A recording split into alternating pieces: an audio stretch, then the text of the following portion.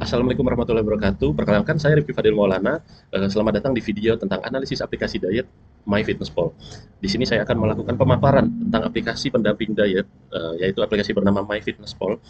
Di sini kita akan membahas fitur, evaluasi, dan bagaimana tinjauan fisiologisnya dari sisi kedokterannya juga. Oke, yang selanjutnya, kenapa sih kita perlu untuk membahas ini? Nah, kita memiliki tantangan bagaimana sih caranya untuk mengestimasi apa yang kita makan dan apa yang kita keluarkan sebagai energi itu secara presisi. Nah, biasanya kita hanya bisa memperkirakan dan kita tidak bisa mencatat dan mungkin mengingat setiap makanan yang masuk setiap harinya dan bagaimana gizi makanan yang kita masuk itu sudah seimbang belum dengan aktivitas yang kita lakukan harian. Itu apakah kelebihan atau kekurangan. Nah, maka dari itu aplikasi pendamping diet itu akan membantu pencatatan yang lebih presisi. Dia akan menghitung kalori, memantau makronutrien yang secara terukur dan juga melakukan pencatatan. Nah, dia menyediakan alat monitoring yang lebih objektif daripada kita memperkirakan. Nanti yang dihitung bisa energinya dalam bentuk kalori, glukosanya, gula, dan lipidnya. Nah, apa sih itu aplikasi yang akan kita bahas MyFitnessPal? Ini beberapa fitur utamanya nanti kita bahas. Nah, jadi platform ini cukup komprehensif. Jadi dia meliputi seluruh hal tentang hampir semua tentang gizi dari kalori, nutrisi, hidrasi sampai aktivitas itu bisa dilakukan pencatatan di dalam satu aplikasi ini. Nah, target spesifiknya bisa digunakan untuk orang-orang yang untuk melakukan pemeliharaan berat badan, baik menurunkan ataupun menaikkan. Nah, berat badan itu bisa juga menjadi alat evaluasi. Ini bagi awam dapat membantu evaluasi awal dan mungkin screening awal bisa gitu. Dan yang pasti nanti bisa menjadi alat bantu dokter untuk menjembatani hal-hal yang subjektif dari pasien akan lebih objektif. Nah, aksesibilitas aplikasi ini juga cukup tinggi. Dia bisa diakses dari HP yang berupa Android, iOS, bisa dari website secara langsung ya. Jadi sangat mudah untuk digunakan.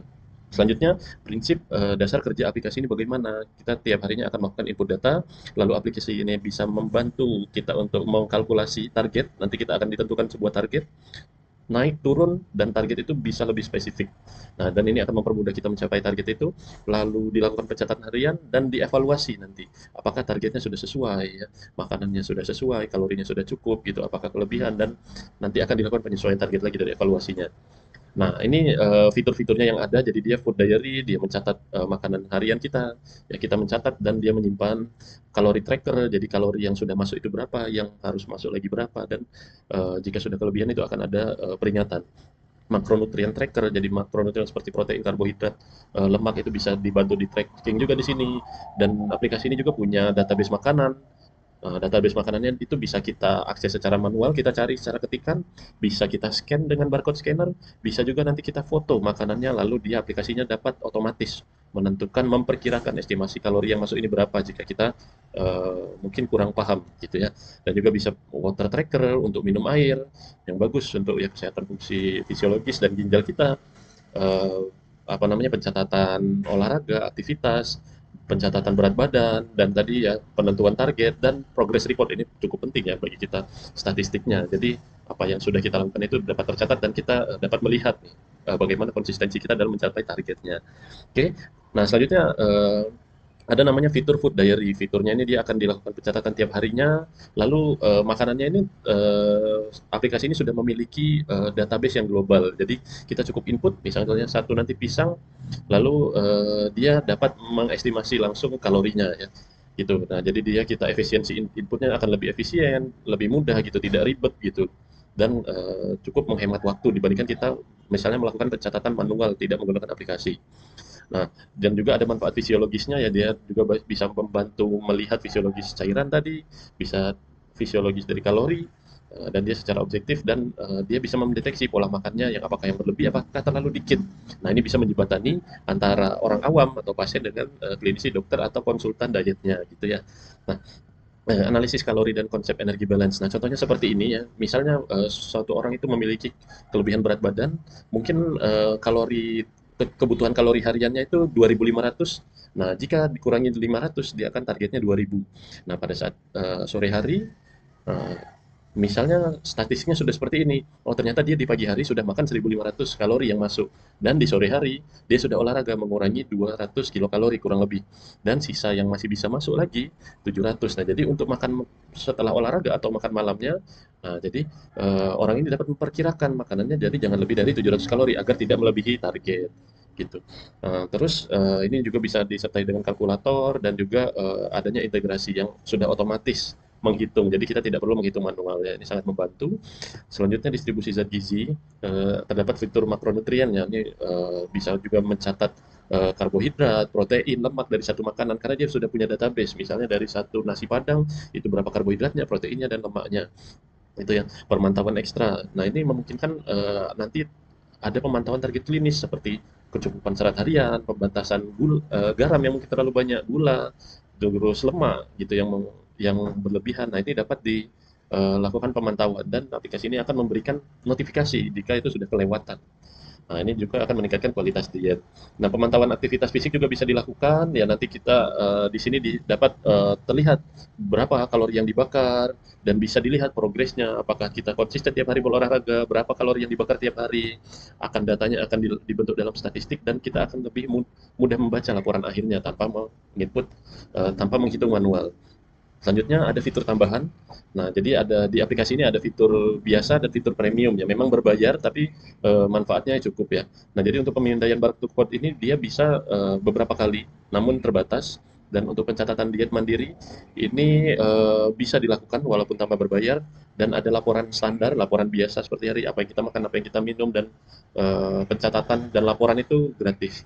Nah, tapi jika membutuhkan fitur-fitur yang lanjutan ya seperti pemantauan puasa, pemantauan makronutrien yang lebih spesifik dan analisis mendalam. Nah, itu dia termasuk di fitur premiumnya. Nah, selanjutnya ada alur penggunaan aplikasi sehari-hari. Apa sih yang kita lakukan? Pertama, yang pasti registrasi terlebih dahulu, lalu aplikasi membantu kalkulasi, menginput secara real time, memonitoring harian, lalu ada evaluasi di akhir. Nah, ini cara penggunaan singkat dulu, nanti kita akan coba di akhir ya, bagaimana prakteknya. Nah, kelebihannya ini apa? Antar mukanya yang mudah, dia jadi ramah, mudah untuk digunakan oleh orang awam. Jadi tanpa harus orang yang ahli kedokteran ataupun ahli gizi pun sudah bisa mengoperasikannya.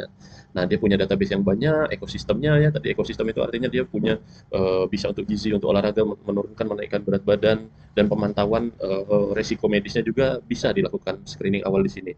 Lalu mendukung penuh prinsip self monitoring. Jadi ya pasien itu dapat memonitoring atau orang itu dapat memonitoring dirinya sendiri tanpa dibantu atau membayar seorang ahli untuk di awal ya. Nah, dan juga ini versi gratisnya aja sudah bermanfaat, ya, apalagi nanti kalau mengupgrade ke versi premium.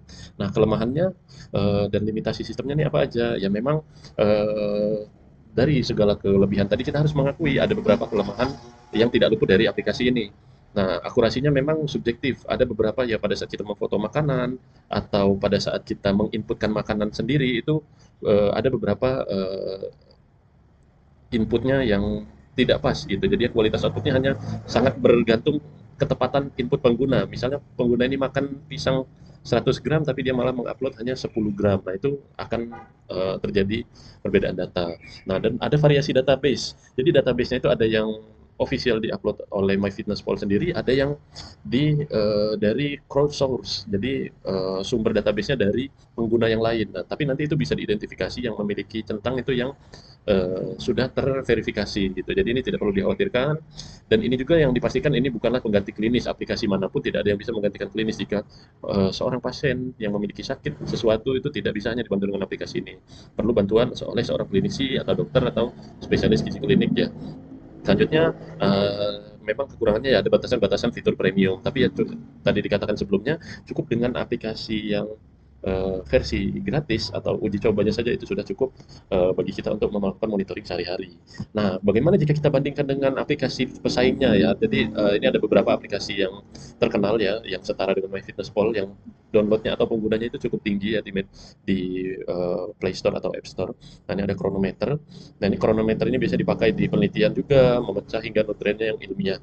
Dan ada nama aplikasi Lose It, dia berfokusnya yang lebih sederhana dan dia lebih terarah untuk weight management untuk menurunkan berat badan dan untuk fat secret sama kurang lebih sama dengan Lose It dan juga ini mudah juga untuk diakses dan ini fitur gratisnya lebih banyak yang fat secret tapi yang lebih banyak dipakai di dunia dan Itu dari MyFitnessPal. Nah, ini jika kita bandingkan fokus utama MyFitnessPal dia di kalori, makronutrien, buku harian atau catatan gitu ya. Nah, dia kelebihannya dia yang paling populer dan banyak digunakan. Kalau untuk kronometer ini dia kekurangannya sangat teknis ya. Jadi mungkin untuk pemula agak kesulitan. Jika yang aplikasi Lucid ini dia dan Fat Secret ini kurang lebih sama dan dia simple dan yang Fat Secret ini banyak fitur gratisnya yang lebih banyak gitu. Oke, selanjutnya bagaimana sih tujuannya jika kita memilih ini. Nah, ini yang paling bagus dipilih adalah ya MyFitnessPal, yang umum menginginkan kemudahan kemudahan antar muka itu mudah diakses, fiturnya mudah dimengerti oleh orang awam, gitu ya. Untuk hal fitur juga ya sama dengan Lucid dan Fat Secret, gitu.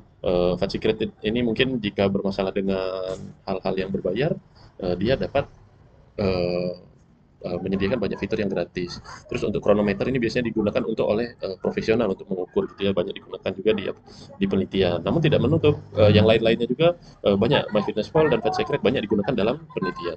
Selanjutnya bagaimana dari sudut pandang biologis. Nah, jadi yang dilakukan di aplikasi ini adalah pengukuran dari apa yang masuk intake dan pengeluaran outputnya. Nah, basal metabolic rate, total energy food-nya, dan bagaimana aktivitasnya. Jadi aplikasi ini akan membantu keseimbangan fisiologis, baik itu hemostasis, energi, alostatiknya, bebannya akan tidak berlebihan. Nah, yang akan dilihat dari sudut pandang fisiologisnya untuk memantau karbohidratnya yang mempengaruhi glukosa darah yang memicu hormon insulin. Proteinnya juga akan dipantau, apalagi penting untuk mensintesis otot, apalagi pada orang yang meningkatkan berat badan, membangun massa otot. Nah, ini fungsinya bagus. Dan lemak juga yang mana lemak ini juga sebenarnya bermanfaat untuk hormon steroid. Namun jika terlalu berlebih dia dapat memicu kelebihan kalori dan kegemukannya, obesitas atau overweight. Nah, manfaatnya bagaimana? Apa saja sih manfaatnya gitu ya? Dia bisa membongkar blind spot. Jadi mengidentifikasi kalori yang tersembunyi, apakah selama ini sudah cukup atau berlebihan atau kekurangan. Nah, bisa menjadi alat komunikasi yang objektif pada saat pasien atau orang itu berkonsultasi ke tenaga gizi atau dokter, dia dapat menggunakan ini sebagai alat komunikasi yang lebih objektif dibandingkan daripada mengkira-kira dengan melakukan food recall. Nah, melakukan modifikasi perilaku dan juga ini juga manfaatnya tidak luput dari adanya batas kewenangan klinis ya. Ini aplikasi ini hanya sebagai monitoring harian, pencatat dan memberi saran, bukan sebagai alat diagnosis. Nah, baik, kita masuk ke sesi selanjutnya. Di sini kita akan melakukan tutorial bagaimana menggunakan aplikasi MyFitnessPal. Nah, di sini saya sudah masuk di aplikasi store, saya menggunakan Android. Jika sudah mendownload langsung dibuka saja. Ya. Nah, ini tampilan awalnya seperti ini.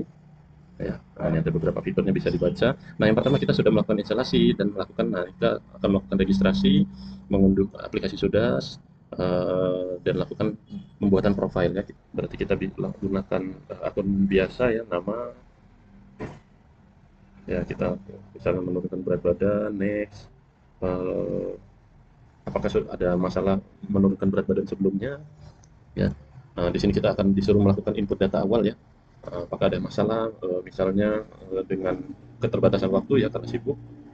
Nah, apakah ada melakukan apa namanya ini pengobatan menggunakan peptide atau ini tidak ya. Nah, bagaimana kebiasaan makanmu setiap hari? Nah, kita eh, inginnya seperti apa, kita makan banyak protein dan juga mau men-track nutrien, kalori, ya ini boleh dipilih, lebih dari satu bisa, dan plan meal, lalu juga next. Nah, seberapa sering kamu merencanakannya? Nah, sebelumnya kita hanya sesekali ya, terus saat sempat saja. Selanjutnya, apakah kamu udah membantu untuk apakah kamu ingin kita untuk membantu kamu mempersiapkan rencana mingguan? Ya. Nah, apakah kamu aktivitasnya bagaimana? Nah, ini kurang aktif ya, karena saya sendiri pekerjaannya tidak banyak aktivitas fisik. Terus bagaimana kita laki-laki, umur sekitar 27, tempat tinggalnya di Indonesia, tinggal dipilih, terus few more second, question tingginya sekitar sentimeter ya, 180, beratnya 85, weight-nya itu ada di 75 misalnya ya. Nah, ini penurunannya ini bagaimana? Nah, dia akan merekomendasikan. Misalnya kita mau lebih cepat ya bisa gitu kan. Nah, kita pilih yang 0,25 ya, yang berdasarkan rekomendasinya. Lalu kita bikin akunnya gitu ya. Eh, eh, Oke, nah kita langsung memproses pembuatan akun. Itu ya, tadi berat badan sudah masuk, tinggi badan sudah, jenis kelamin, nama, tanggal lahir, usia, dan tinggi badan. Nah, ini langsung keluar kebutuhan kalori harian saya sekitar 2.600 ya.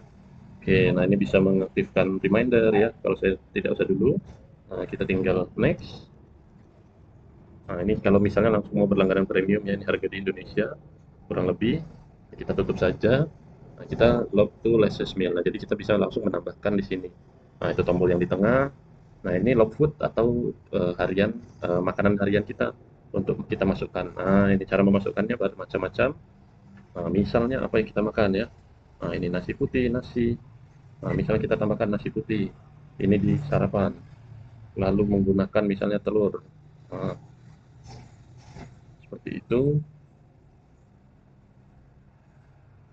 Nah, ini dia sudah masuk ya di atas ini. Nah, telur dan nasi putih ya. Nah, ini. Tadi target sudah kita kembali kita ke PowerPoint ya. Target kita sudah tentukan. Lalu kita lakukan sekarang di pencatatan makanan harian ya. Nah, ini misalnya tadi sarapan kita sudah, terus apalagi yang kita maksud misalnya ditambahkan juga dengan dada ayam ya. Oke.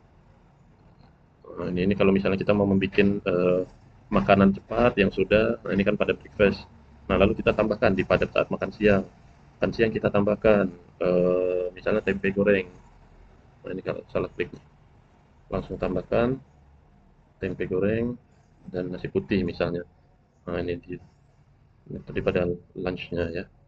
Itu. Nah, ini kita juga bisa melihat di sini ya, sudah ada nasi putih kalorinya seperti ini, karbohidratnya segini, fat, proteinnya berapa gitu ya. Nah, jika yang conteng ini dia sudah tervalidasi oleh si MyFitnessPal-nya gitu ya. Untuk satu telur itu dia ada sekitar 72 kalori, karbohidrat, lemak, dan proteinnya seperti ini kurang lebih ya. Oke, nah sudah, kalau sudah tinggal dia otomatis akan tersimpan. Nah, gitu. Jadi dia nah, kalau kita lihat tadi yang sudah masuk adalah 799 makanan yang sudah masuk hari ini gitu ya. Terus selanjutnya nih proteinnya sudah masuk sekitar 61 gram, karbohidratnya, lemaknya cukup banyak ya, nih, kolesterolnya, bahkan yang lain-lainnya itu sudah dapat dilihat. Nah, untuk makronutriennya pun ya ada beberapa yang analisisnya dia harus premium ya. Namun yang basicnya aja itu sudah cukup ya. Gitu. Oke, makanan yang sudah masuk nih kepada kita. Hmm, itu. Nah, ini tadi kita kembali lagi ke PowerPoint. Bagaimana cara penginputannya bisa melakukan barcode scanner. Nah, kita kembali lagi dulu. Nah, tadi barcode scan bisa dilakukan, namun dia ini terbatas ya. Dan juga bisa langsung makanan langsung difotokan bisa atau diinputkan seperti manual tadi masuk log food pisang gitu ya. Pisang tapi biasanya menggunakan apa namanya? Pisang goreng misalnya. Nah, pisang goreng sudah ada. Kalorinya cukup tinggi ya. Ini untuk ukuran servingnya satu dan satu serving size-nya ini adalah ini bisa diubah itu banana satu medium banana fritter jadi satu keping pisang goreng itu adalah 400 kalori, karbohidratnya 56 gram, lemaknya 20, protein dan komposisinya juga ada persenannya gitu ya. Oke, selanjutnya kita membaca ringkasan dan kalori makro. Nah, untuk membaca ringkasannya kita cukup melihat di ini tadi diary tadi ya. Ini di sebentar kita lihat di mana tadi ya? Oh, di sini. Nah, ini kelihatan makan sarapan kita sudah 5.300 kalori, tadi makan siang yang diinputkan 392, ada snacknya itu belum diinput tadi. Nah, jadi goal kita tadi kan 2.600 ya, itu bisa diedit ini sebenarnya. Nah, apakah mau kita kalorinya kita kurangi gitu ya, nanti tinggal disimpan saja gitu. Jika kita mau defisit 500, defisit 1.000 gitu ya, maksimal 1.000 ya. Nah, ini bisa menjadi indikator, terus juga nah, selain makanan tadi, kita juga bisa melakukan input minum. Oh, kita sudah minum sekitar dia ini ada tombol cepatnya. Oh, minum 1 liter sudah. Oh, sudah minum 500. Nah, volume yang sudah masuk 1.500. Goal kita ada 2.500. Ya tambah lagi. Nanti sore minum lagi, sore minum lagi gitu sampai akhirnya tercapai 2.500. Dan kita juga bisa custom berapa banyak sekali kita minum ya. Nah, itu untuk minum bisa kita save. Oke, nah dia sudah cukup, sudah tercapai untuk ini makanan minumnya. Lalu kita bisa tambahkan juga exercise atau aktivitas. Misal kita melakukan angkat beban untuk strength, ada ya kardiovaskular atau aerobik. Kita tambahkan misalnya lari, aerobiknya ini ya. Kita lari berapa lama? Misalnya 30 menit. Kalori yang dibakar misalnya kira-kira saja kan misalnya 50 kalori. lalu kita simpan. Nah, misalnya di sini dia sudah tercatat ya. Oke, nah selanjutnya kita juga bisa monitoring berat badan dengan menginputkan di sini. Misalnya pada saat sekarang kita nimbang, oh beratnya udah turun nih ke 84. Nah, ini bisa juga kita masukkan foto ya jika perlu. Tambahkan. Nah, jadi nanti yang beratnya tadi awalnya. Nah, kalau bisa kita lihat nanti di sini akan kelihatan awalnya 85 akan turun ya. Ini kan karena masih satu hari. Oke, dan juga ini akan semuanya ini akan menjadi bahan evaluasi bagaimana total hari kalorinya, apakah sudah sesuai target, apakah asupannya sudah sesuai, minumnya bagaimana, apakah kebanyakan kalau lemak, karbohidrat, gula, aktivitas fisiknya apakah sudah cukup, berat badannya apakah sudah turun sesuai atau naik sesuai dengan target yang diharapkan. Nah, ini baiknya ini bukan hanya sekadar untuk mencatat tapi juga mengevaluasi. Jadi itu ada manfaat lainnya, pola makan harian untuk membuat keputusan diet yang lebih baik esok harinya. Oke. Nah, selanjutnya tipe akurasi pencatatannya gimana? Gunakan timbangan yang baik ya, yang sudah terkalibrasi atau terstandar. Pilih database yang jelas, pakailah tadi yang ini pilihnya yang sudah conteng gitu. Jangan kalau yang belum conteng ini biasanya masih sumber dari crowdsource atau sumber dari orang lain yang input manual karena kita sendiri pun bisa menginput meal kita secara manual ya. Nah ini, nah ini kita bisa create meal terus apa namanya mengkustomisasi makanannya apa, gram-gramannya berapa, proteinnya berapa. Nah, itu. Nah, dan juga catat kalori siluman yang ingat untuk memasukkan minyak goreng, mentega, gula cair, minuman berkalori ke dalam jurnal harian ini. Jadi ya jangan tidak dicatat. Kita misalnya banyak makan saus, itu dicatat kira-kira saja berapa gram. Dan juga waktunya ini harus kalau bisa sesuai dan tidak terlalu lama daripada saat kita makan biar tidak lupa ya. Dan juga kita harus menerapkan diri kita harus mau mengevaluasi apabila tidak sesuai target kita harus konsisten kembali lagi untuk mengejar target yang sudah ditentukan di awal. Nah, bagaimana alurnya? Penggunaannya pada saat pagi hari kita input ya. Pada saat kita log food yang pagi hari breakfast kita input, pada saat siang hari kita input, pada saat sore hari, malam input juga sore biasanya snack, malam itu kita makan malam, dan setiap mingguan kita disarankan menimbang berat badan ya, biar tidak terlalu fluktuatif. Biasanya efektifnya evaluasinya berat badan baiknya di setiap 1 minggu ya, di saat pagi hari sebelum makan dan minum ya, bangun tidur. Nah, selanjutnya bagaimana nih kesimpulan akhirnya? Jadi, MyFitnessPal ini atau aplikasi ini dia merupakan aplikasi yang all in one. Jadi dia memiliki ekosistem yang bisa membantu kita mentransformasikan beban pencatatan yang rumit jika dilakukan manual akan lebih terukur dan mudah dipantau jika melalui aplikasi ini. Nah, bagaimana keseimbangan evaluasinya? Dia akan menawarkan kemudahan penggunaan, database yang banyak, mudah diakses bagi pemula, dan juga ini sangat membantu bagi perspektif fisiologis. Dia efektif untuk sebagai cermin digital atau visual bagi energi yang biasanya kita tidak terlalu peduli ya, yang tidak selalu sadar gitu. Dan ini juga bisa menjadi penghubung antara seorang pasien dan seorang nutrisionis atau klinisi atau dokter atau spesialis gizi klinis. Baik, mungkin itu yang bisa saya bagikan kepada Anda, teman-teman semuanya. Sekian pemaparan saya tentang aplikasi pendamping diet MyFitnessPal. Kurang lebih saya mohon maaf, kepada Allah saya mohon ampun. Wabillahi taufiq wal hidayah. Wassalamualaikum warahmatullahi wabarakatuh. Salam sehat, salam olahraga. Oke,